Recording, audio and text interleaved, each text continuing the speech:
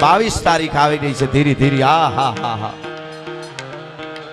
અવધ નરેશનો યુવરાજ, ભારતનો આર્યપુત, પરાત્પર બ્રહ્મ ભગવાન રાઘવેન્દ્ર સરકાર બિરાજમાન થવાના છે. હા હા હા. અને મને આઈમાને ચારણી કવિતાઓ બહુ ગમતી. મને યાદ આવે રામ ને લક્ષ્મણ વનમાં જાતા તા, જાનકીનું હરણ થઈ ગયું, રામના આંખમાંથી આહુડા પડે છે. આ ચારણત્વ સાથે જોડાયેલો અહીંયા 18 વરણ જેટલા બેઠા છે એને ચારણત્વ માટે આવ્યા છે. અને આજે આપણે જીવી તો એ માનવાના જ છે આપણને. પછી અહીંયા બોલતા હોય ને વાહે મોઢા ગંધાતા હોય તો પછી ગોરખોદિયાના પેટ ના કહેવાય. પછી એ નો હાલે પાછું. એ તો આર પાર જીવવું પડે ને જીવી બતાવી તો ખબર પડે કેમ જીવાય. હમ બોલતે નહીં, હમ કરતે હે. હા, બોલવું કરવું એમાં ઘણો ફેર હોય. એટલે કહેવાનો અર્થ મારો ઈ છે, દુનિયા કહે છે કે આ માણસ હાવ ખાલી છે. આ હોનલ શોરૂમ માટે બધાય માટે દુનિયા કહે છે આ માણસ હાવ ખાલી છે. જગતને શું ખબર હોય કે એની તો ઈ જાહો જલાલી છે. ભલા માણસ. હા હા હા. હોનલ નું નામ ઈ અમારી જાહો જલાલી છે. એટલે મને આ બે કવિતા અહીંયા આ બધા એક એક શબ્દને પીવા વાળો વર્ગ અહીં બેઠો છે. એટલા માટે મને કહેવાનું મન થાય કે રામના આંખમાં આહું પડ્યા.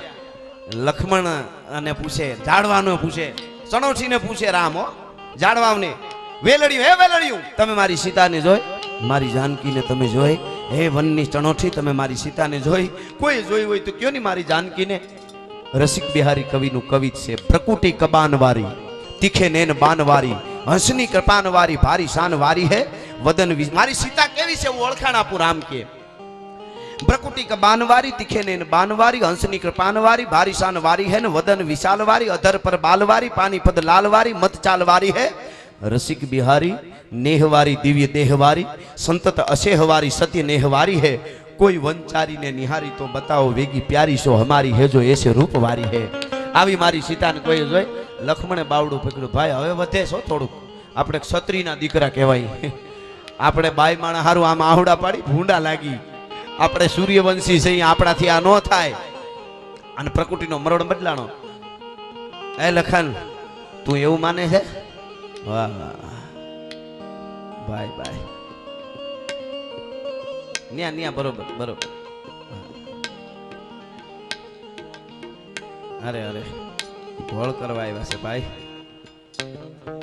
जो फकीरी मिजाज रखते हैं वो ठोकरों में ताज रखते हैं, जिसको कल की फिक्र नहीं वो मुट्ठी में आज रखते हैं. पागलों से मत पूछो तुम क्या लोगे, कोई पागलों से मत पूछो तुम क्या लोगे, अगर कुछ मांग बैठा तो तुम क्या दोगे. देवा वाली तो मां છે, આપણે શું આપી શકીએ. પ્રકૃતિનો મરડ રામનો બદલાણો કીધું. ગાય લખન, તું મને કાયર માને છે એટલે હું રહું છું કે બાઈ માણા વગરનો થઈ ગયો એટલે રહું છું? ઉપર જોઉં તો મારા પુરુષ સૂર્ય એમ કહે છે કે તું અમારી પુત્રવધુનું રક્ષણ ન કરી શક્યો. અને નીચે જોઉં ને તો મારી હાહુ ધરતી એમ કહે છે કે મારી દીકરી ક્યાં? બાકી લક્ષ્મણ રામ કહે છે, સાંભળી લે, એક વાર મને કોઈ એમ કહી દે કે આ જગ્યાએ સીતાજી છે તો હું દશરથનો દીકરો, મારું છાત્ર ધર્મ શું છે સાંભળી લે. છાત્ર ધર્મની આ મજા છે. મને આ રામાયણ આઈના આંગણે બેઠા સોનબાઈ માં ને રામાયણ ને ગીતા બહુ ગમતા. એને એની વાત કોઈ કરે ને એટલે ભગત બાપુ ઈ કરે એટલે માં આમ તંદ્રામાં વહી જતા. એટલે આ વાત કરું. આ દેશના યુવાનો મને બહુ સાંભળે એટલે કહી દઉં. આ દેશનું યુવાન કેવો હોય, હથિયારને આમ ધાર કાઢતો તો નદીને કાંઠે. એમાં એક છોકરી આવી, રામાયણની વાત કરું છું. એક છોકરી આવીને કેમ હું તને પ્રેમ કરું છું, મારે તારી હારે લગ્ન કરવા છે. રામાયણની ઓથેન્ટિક વાત કરું છું. હું કાયમ બોલ્યો છું. હું જેટલું બોલું છું કટાક્ષથી, એના માટે કોઈને કોર્ટમાં જવું હોય તો તૈયાર છે. આપણે કોઈ દી શબ્દ પાછા ખેસે હજે હું બોલતા જ નથી. બોલ બોલ અમોલ હે, બિન તોલે મત બોલ, પહેલે ભીતર તોલ કે ફિર બાહિર તું બોલ.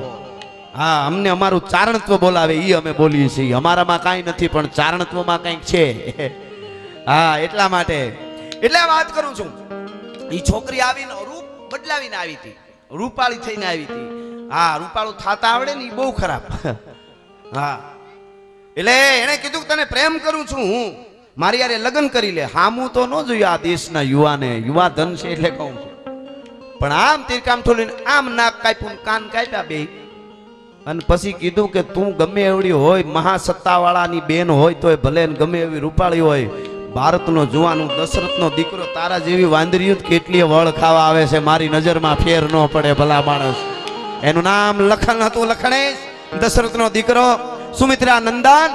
અને ઓલી રાવણની બેન શૂરપંખા હતી, ત્રિલોકને જીતવા વાળા રાવણની બેન હોય ને તોય આ દેશનું યુવાન કહી દે કે મને મારી ખુમારી ના પાડે છે ભલા માણસ, મને મારું લોહી ના પાડે છે.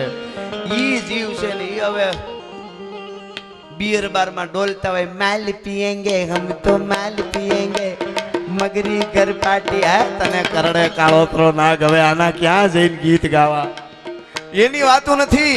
પણ રામે કીધું આ લખાણ લાય હું ધનુષ બાન, તિહુ લોક જારું, સાતો સાગર સુખાઈ ડારું, ગિરીન ઢહાઈ ડારું, ભૂમિ ઉલટાઉ મેં. જોજો આ આપણો બાપ જેની પ્રતિષ્ઠા થવાની છે રામ, બધાયને 18 વર્ણને કહું છું સાહેબ. એ બે જ ભાઈઓ હતા વનમાં, અને વિશ્વની મહાસત્તા જેની પત્નીનું હરણ કરી જાય. હો, રાવણ જેવો તેવો નતો કાંઈ, દુશ્મને એવા જ જોઈએ હામાં. રાવણ એટલે જેને એની શું એનું વર્ણન કરું તો સમયને વધારે બગડે, પણ નારાયણદાન બાપુ સુરું કહે છે કે લંકા કેવી હતી.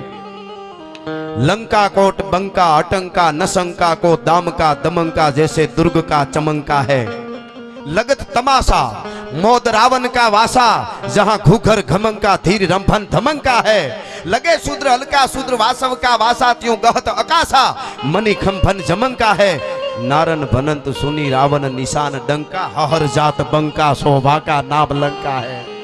ई लंकापति रावणे जेથી ડગલા દીધા એના હામો ધનુષની માથે પણછ ખેંચી તો બડી બડી નહોતા કરતા. રાવણ બહુ બોલતો હતો, બહુ. રાવણ બહુ બોલ્યો એટલે કોકે કીધું કે આટલો બધો બોલે છે, જરાક જવાબ આપો ને. આ વિચાર ધજાળા ભરત બાપુનો છે, ધજાળાના ઠાકર ભરત બાપુ. બહુ મને ગમી, અમુક વાતો બહુ આપણને મજા આવે એનો વિચાર છે. રાવણ બહુ બોલતો હતો, કોકે હનુમાનજી જાંબુન કે જવાબ તો આપો ક્યારનો. એમ તો જો બોલે હું આમ છું, હું 3 લોકને મેં કૈલાસ ઉપાડ્યો ને મેં આમ બહુ બોલે. રામે કીધું જીવનમાં ઉતરવા જેવું. રાણા સાહેબ જે રાવણે શું કીધું ખબર? 10 મોઢેથી બોલે ને એના સામું બોલવાનું ન હોય, એક જ મોઢે બોલે એના સામો જવાબ દેવાનો હોય. ભલા માણસ 10 મોઢેથી બોલવા વાળાને જવાબ દેવાનો ન હોય. ભલા માણસ એક મોઢા વાળા સામે એની ચિંતા કરાય, બાકી તો બોલવા વાળા બોલ્યા કરે. ઈ એનો કઈ તમે બળદ વેચાતા લ્યો તો બળદના જ રૂપિયા દેવા પડે, બગાવું મફત આવે ફેળી. એને સટકા ભરવા સિવાય બીજું કાંઈ કામ ન હોય. હા, તમે આ પ્રગતિ કરો ને એને નીંદર ન આવે. બોલો. અને એક નક્કી કરી લેજો, 3 વસ્તુ એના માલિકને પેલા ખાય, એક અગ્નિ, એક ઈર્ષા અને એક ક્રોધ. એના સર્જકને એના માલિકને પેલા મારે, પછી આગળ બીજાને નુકસાન કરે. નુકસાન બીજાને કરે, સમાજને કરે.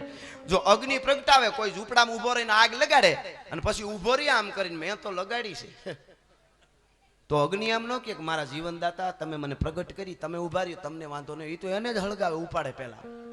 અગ્નિ અને ક્રોધ પેલા એના માલિકને બાળે. અને એક ઈર્ષા, અહીંયા આપણે હું તમે એમાં હું એમ કહું તમે એમાં તમે મને લઈ લેવો, હું ભેળો જ છું. એ તો સ્થાન અહીંયા અમે બોલીએ એટલે અમે અહીંયા બેઠા.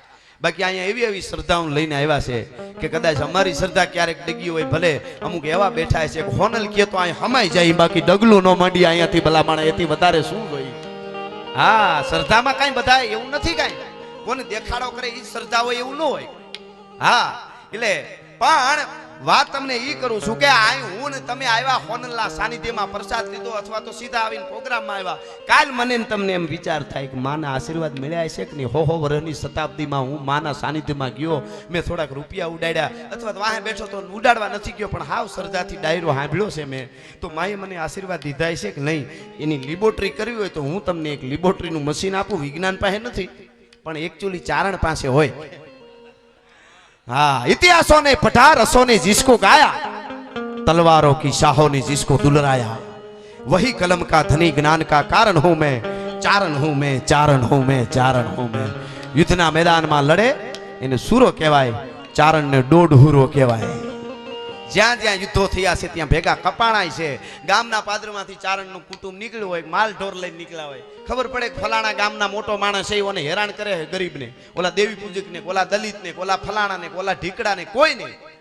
એટલે આ મનાવા જાય ચારણ, ભાઈ આમ ના કરો તમે. કોઈ પણ જ્ઞાતિ, હિન્દુ મુસ્લિમ કોઈ પણ હોય, એને કોઈ હેરાન કરે, ચારણ કે આ તમારું બરાબર નથી, તમે મોટા માણસો એટલે આ તમારેથી ન થાય. એ કે તું થાય કર, નહીં થાય. 1 દી 2 દી 3જો દી સુધી પરિણામ ન આવે અહીંયા કટાર નાખેલી છે, અહીંયા એવા અનેક ગામો ગામ દાખલાઓ, છોગાળા ત્રાગા, અહીંયા તાળવે કટાર નાખીને અહીંથી લોહીનો ફુવારો ઉડતો હોય અને પછી ડગલા માંડે હો આવડ ઘોડલ આવી મોગલ મસરાળી માત જાગ મેલડી જાગ જ્વાળા દાઢાળી અંબે કર્નલ આવી બવસર બિરદાળી હાલી આવી હિંગોળ ગેલ રાજન મહાકાળી સમૃદ્ધ સભી નવલક સગત સોરાસીની સારણા હે જોગમાયા અને ન્યા ત્રાગા કરીને જીવન ટૂંકાવી દે. કોકના માટે ત્રાગા કરે ઈ ચારણો છે. ચારણને ટાણું હાચવતા આવડે છે કે ટાણું ક્યારે હાચવું, એટલે 18 વર્ણ ચારણત્વને માને. પણ જવાબદારી ટૂંકમાં કહું તો આપણી બહુ આવી જાય ચારણોની, તો આજ પણ પગે લાગવા બધા તૈયાર છે.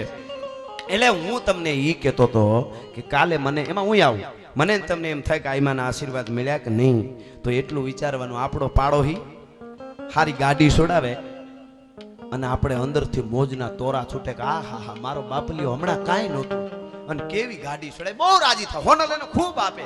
આવો વિચાર આવે તો માનું માના આશીર્વાદ મળી ગયા. પણ બાજુવાળો કે જાણીતો મિત્ર કુટુંબિક નાતીલો ગામનો ગાડી છોડાવે નવી અથવા બંગલાનો નકશો બનાવે અને આપણને રાતે નીંદર ન આવે એટલે માનું હાથક પેઢીના પાપ હજી પડ્યા છે, નકર હાવ આવું ન હોય હો. હા, ઈ તો પાકી જ વાત છે. ઈ નો આવે એટલે ઈ કહેવાનો અર્થ એમાં ઘણા એવા છે. ઘણા તમે કહો ગાડી ઓલાય છોડાવી, એમ છોડાવી એમ, પછી હું કે ખબર હપ્તે છોડાવી છે બોલો, એને ઈ ખબર હોય એટલે એ કે ઈ ખબર નહીં હપ્તે, પણ ઈ ભટકા હે. અરે તું હાવ ભટકાઈ ગયો, એનું શું છે તારા જીવનમાં ભટકાઈ ગયો, ઈ બહુ નડે. એટલે કહેવાનો અર્થ મારો ઈ છે કે ભગવાન રામે કીધું કે લક્ષ્મણ એકવાર મને કોઈ કહી દે કે અહીંયા સીતાજી છે તો રસિક બિહારી પ્રાણ પ્યારી શુદ્ધિ પાऊं मैं, फिर जानकी न लाऊं तो राम नाम पलटाऊं, धनु बान ना उठाऊं मैं. ઈ રામ અમારી આ હોનલ પણ રામાયણ આખી અને મોઢે હતી.